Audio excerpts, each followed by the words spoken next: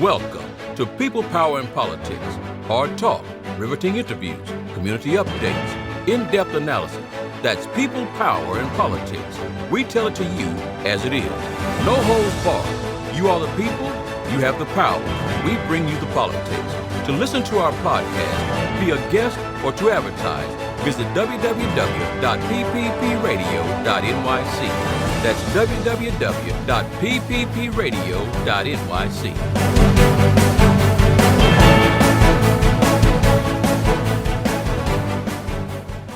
The primaries in New York is June the 25th, 2024, and the NAACP New York State Conference is making a concerted effort to get out the vote plan for targeted congressional districts. Joining us today is Mr. Leroy Gadsden, member of the New York State Executive Committee of the NAACP. Welcome, sir. Such a pleasure to have you here with us. Good morning, and thank you for having us. Great. So tell us about your experience with the NAACP. I've been in NACCP practically all of my life. I started as a youth in the southern states in South Carolina, and the NAACP was a go-to organization for advocating for civil rights. I remember as a youth when I could not even was not old enough to vote. We had 1 hour count. I was in Lee County, South Carolina, and the NAACP showed that unless you had a 65% black registered voting population, it was impossible to elect a person of color of your choice. And the NAACP advocated for that. We fought for that, and it's coming up. I remember you would take, everyone was counting ballots by hand, and I've seen where ballots from the predominantly black district all of a sudden got lost in a 6-mile travel radius. I know we're in the city, but when we say 6 miles, let's say about 10 blocks. You would have one of the white board of electors pick them up. You might have a hot black district with 1,000 votes when it left. When it got to the destination, because we counted all the county votes at the courthouse, then you might have had about 600 and something, which can affect an election tremendously with that many votes. And the NAACP stepped in, and they sued and went to federal court. And before I go to law school, I knew about district courts and circuit court because the NAACP as a youth, I'd watched them in action. I wanted to be a part of this, and I was old enough to vote, but I would have signs. They would give me signs that say basically, I can't vote, but you can vote for me. And when they counted votes, I would have to maybe bring them food. What would happen at night, all the district polling site closed, they would do the hand count at night. And you had that representative, NAACP, saying, just ordinary people, and they'd be up late at night counting the votes. And it always interests me because if you have a ballot just look like a smaller error from a predominantly black district, then our white colleagues would want to cast that ballot aside, and the NAACP member would say, no, we can't do that. That'll be like a challenge ballot. And they always stood up and finally went to court, and the court had ruled, and this was like, I'm talking about the late 80s, and they had to bring in the U.S. Marshals, NAACP. And what happened, they used shotguns, and they guarded the ballots from the courthouse to the jail cell, and you had a marshal inside the cell with a shotgun and a marshal outside to make sure that the ballots were not tampered with. And because we had elected a black person for the first time in the history of South Carolina in that particular district, Mr. Isaac C. Joe, God bless his memory. And nevertheless, so we have to recount in the morning. Okay. So I was Youth and College Division President, NAACP. I served the state on the level. When I came to New York, I became a branch president, Jamaica branch. Also on the national level, I was one of the first Get Out the Vote campaign for the region, the 7 states in Region 2 up north. I've served in the National Voter Election Supervisory Committee, legal redress chair. So I spent a lifetime in the NAACP and loved every minute of it and respected every minute of it. Okay, great. So we are in Black History Month, February. Let's talk about the right to vote, the price that was paid to vote. As we talk about this, like Black History Month, African American History Month, that's part of our history and part of America's history. If there's anybody who has a right to vote, it's people of color.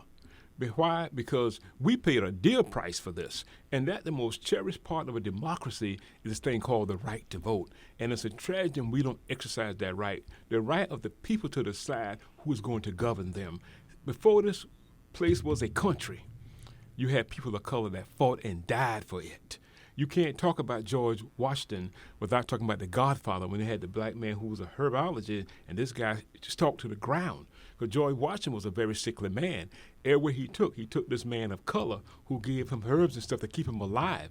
In fact, everyone talk about how George Washington captured Cornwallis to win the Revolutionary War. He took his herb doctor with him. Also, there were some black boys who came across to Delaware before George Washington, and they captured the horses for Washington's army to ride. Those guys, young Jocko Graves, those guys froze to death holding horses for George Washington and his army. There were guys of color who fought in Massachusetts. And moving on, every war in this country, black folks have distinguished themselves. And right now, unfortunately, we just lost 3 brave black young persons that were fighting for our country, and they came home in a body bag just last week. So we have a right, but a lot of black folks, even if people don't think it's important in this democracy, in fact, and I'm going back, America was founded under the Constitution, the institution, taxation without representation. That led to the Tea Party. And the overthrow from Britain is that we want to be represented in government. And so this is something that we've always fought for, but this is always something that America has tried to stop, and that's where the NAACP has hung its hat on the greatest tool of equality is this thing called the right to vote. And so if you look at this, many black people, and white people too, have died willingly just so we would have the right to vote. We have people of all color, race, especially black and white, that have gone out, all the Southern crusades so we could have a right to vote. Every ballot held in a black hand is covered by blood. Nobody gave us this right. And I've always been curious, why is America so anti-black people and their right to vote? This will be a given of any democracy is that a citizen has a right to participate in their government, and the highest form of participation is registered and voting. Why is America so anti-us a right to vote? Because they knew as the NAACP know this is a great equalizer in America. This is so powerful what you just said. Every ballot in the hand is covered by blood. Yes.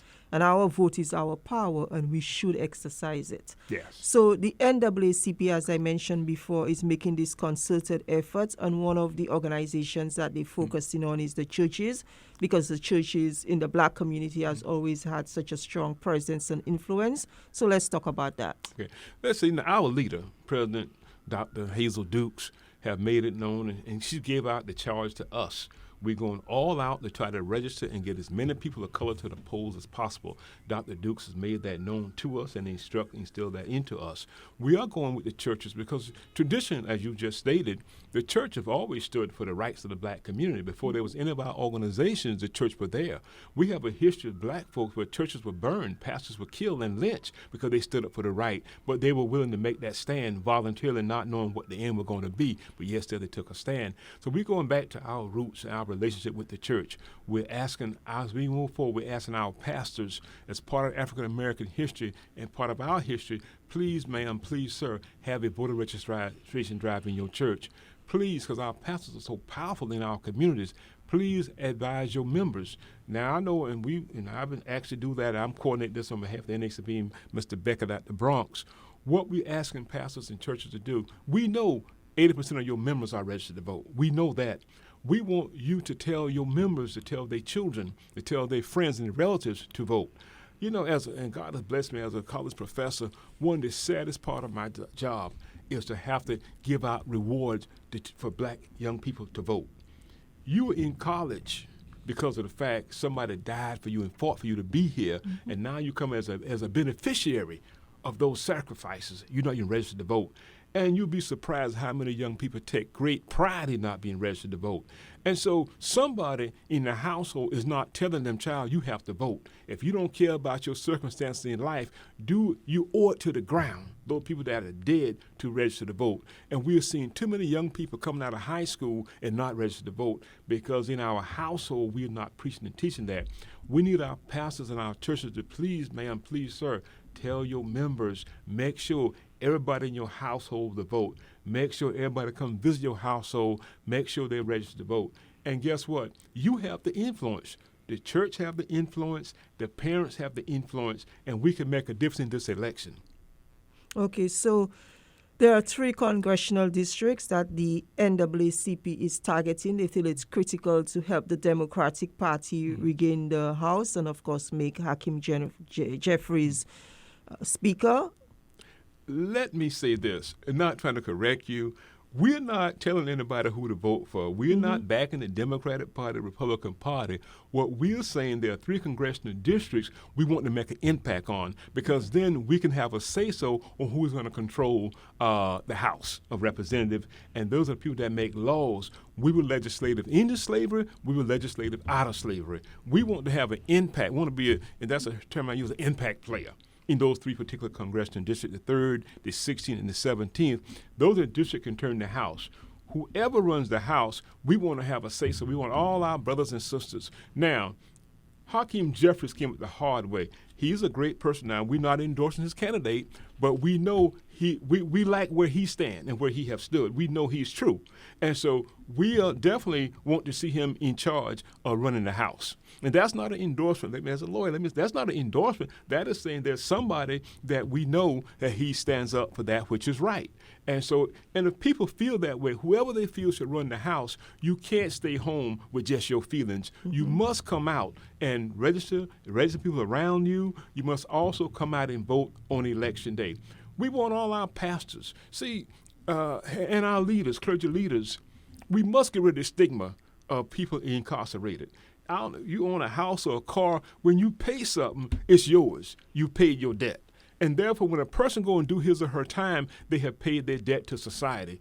A lot of our people in our society, they've paid their debt. The full meaning of citizenship is the right to vote. And the laws in New York State, a person that was convicted of a crime, once he or she is released, the day after, even though they might be on parole or if they don't go on probation, they can register to vote. But many of our people that go away, they are unaware of that. We need our churches. We need everybody. Let's normalize the issue. You've returned to citizenship. You have paid your dues to society. The best definition of citizenship is when you register to vote. Okay, so there's been a continual attack on voting rights. Yes, that one, we can't sleep on this. And, I love following Dr. Dukes, and she sees this as coming. If you think about it, from the 1965 Voters' Rights Act, here we were in America all these hundreds of years, and we finally had to get an act to make sure we protect our rights to vote. But 10 years ago, we saw with the Silver decision out of Georgia when the feds changed that and they took away pre-clearance. And pre-clearance was, and here we're in a democratic country, we had certain laws on the book that you had areas that were historically involved with racial discrimination when it comes to the right to vote. Before they could change a district line or a voting line, jurisdiction line, they had to go to the federal court and get pre-clearance. The Silver decision 10 years ago went ahead and they wiped that out, so you don't need pre-clearance anymore. This would have protected black folks all these years and decades since the Civil Rights Act. Now we look, there's a decision coming out of the 8th Circuit, the Federal Circuit, Missouri, Arkansas, South Dakota, North Dakota. There are 7 states in that particular circuit. And they made a decision now, they're going after Section 2 of the Civil Rights Act. Pre-clearance was got away 10 years ago, was did away. Now they're going to Section 2. What is Section 2 of the Voting Rights Act? I'm glad you asked that question. Section 2 of the Voting Rights Act dealt with the fact that you could not have any kind of voting registration or voting issue that might harm or dissuade or disenfranchise people of color. It was written for us as black folks. What the 8th Circuit courts came out, 3 of them, and 2 decisions, majority, ruled that now only a U.S. Attorney General can bring a case in federal court of a Section 2 violation. So it eliminates our advocacy. That means the NAACP, the church, the ACLU, those are all been at the Southern Christian Leadership Conference, et cetera, the Jews. Those were our friends that always advocated and took these cases to court. People that you could bring one individual if you could show that any decision made by a board of election would deter, dissuade, or discriminate or disenfranchise black people. A circuit court from district to circuit had made a ruling now only a U.S. Attorney General can make that decision. Well, if this gets past the United States Supreme Court, then what happened is that the one individual could be appointed by a president, U.S. Attorney Generals, that might not like how we vote. And therefore, that one person, democracy now, one person can decide, well, I don't think it can be discriminatory, so we're not going to bring this case back up. That is a very frightening. And how it affects us here, we New York away, because that's a federal decision there, it spreads across the land. We cannot have that. Also, what we have to understand, too, after Selby, there's been over 1,000 efforts across the nation to stop black people from voting. Across the nation, Texas went first. They went wild passing laws that's going to harm. You went down to Florida, and they passed a law that you could be locked up if you didn't turn to voter registration within a 2 weeks period. Well, that attacked our churches and our predominantly black and our black Greek letter organization, because if you think about it, that's where our black registered voters come from, through the church and the black Greek letter organization. So when you pass a law, and these people work every day, they don't want to risk going to jail, so they might not be as equally persuaded now to go out and register people to vote if it runs risk of jail. They pass other laws about water, how much water you can give, you cannot give water. These groups do these things out their own pocket, out the goodness of their heart, and their commitment and passion for justice and equality. And now you're talking about incarcerating them. These laws were made to dissuade or prevent disenfranchised black folks from voting. We can't take this laying down. Also, too, we need people registered to vote, because another issue is that we no longer have a friend we used to go to the federal court, as I just said. We don't have a friend in the federal court anymore. So right now, the most important friend we're going to have is our local and our state home rule, a state legislation that's going to help us. We know we should go to the feds for everything. We don't have friends in the feds anymore. If you look at our United States Supreme Court, out of 9, 6 are conservative, ultra-conservatives, and we know who appointed them. We can't go to the Supreme Court anymore. We need you to go to talk. We need to be registered people so we can go to our state elected officials and our city elected officials to say these are the needs of our people, because the feds are not going to uphold our rights. What are some of the plans that the NAACP has in place from now up until June, leading up to the elections? Okay. Right now, for the next 30 days, we're asking all our churches to advertise and to part of the African American history and women history, because we have a lot of great women that have done so much for the civil rights cause. Have at least one voter registration drive. We want them to identify 2 persons in the church that, we can help train to do this drive, that we can contact with. We want a mobilization. Come by the end of May, we want to move into not getting out the vote. We want to identify places we can put people that are volunteers at to encourage people to come out and vote. And because the June primary is right around the corner. So between now and the next 45 days, we want voter registration and voter registration. We ask for it to be talked about on a regular basis, not as an afterthought. Make that part, talk about it, push it up, and promote it. Because if they promote it, they'll popularize the notion. We want to make it popular to make sure that we have our people registered to vote. And second, the second part, that we are going to the polls on election day. We don't want anybody forgetting about it, sleeping on it, and we want to make sure that everybody's aware. Okay, so Mr. Gadsden, how can one get involved? Okay.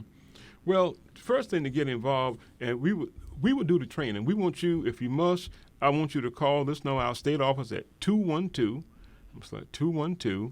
that's 344-7474. Just call the NAACP state office, 212-344-7474, 212-344-7474. Just call and say, guess what, I want to get involved. We will get you with literature. We will let you know when we're doing the training. Because registering people to vote is not as simple as people might think, and one can easily get discouraged. But the mere strike of registering people, once you put the notice up, you're doing the voter registration, it reminds people with a conscience voter registration is still a necessity. It also shows that you are part of the process. And we want you to do that and not get discouraged. We want to talk with you. Call our office and we will do all the training. We will get you the material, whatever material you need. If you want to get involved, just call our office and say, I want to be involved in the Get Out Vote strategy campaign. Just call our office.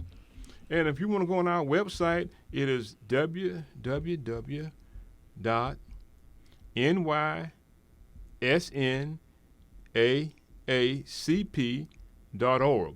I'm going to repeat that, www.nysnaacp.org. Great. And if you have any questions, well, we sit back in grade school, no question is too small, there's nothing a dumb question, whatever you can do. And I'm a firm believer that 10% of anything is better than 100% of nothing. if all your listeners, all the many listeners, all of them get together and there's registered one person to vote, out of all of them together, that's one we had yesterday. So we want everybody, please do not count yourself out. Let's work together. We can do this. And we have to make America. We're the one that created and built this country for free. We have a right to vote. We want people to come out and get involved. All right. So thank you so much, Mr. Leroy Gadsden, for being here and sharing this great information with us. And we look forward to having you back again. Thank you for having us. Whenever you invite, this is what we need to educate our community. Please, we'd love to come back. Dr. Duke sent her regards, and Dr. Duke sent a word out to our community. There's a young lady been around for decades. She's still on the battlefield, and she's still fighting for our rights, and we have to join her. We can't let her fight by herself. Thank you. People, Power, and Politics. Hard talk, riveting interviews, community updates, in-depth analysis. That's People, Power, and Politics. We tell it to you as it is. No holds barred. You are the people. You have the power. We bring you the politics. To listen to our show, be a guest, or to advertise, visit www.pppradio.nyc. That's www.pppradio.nyc.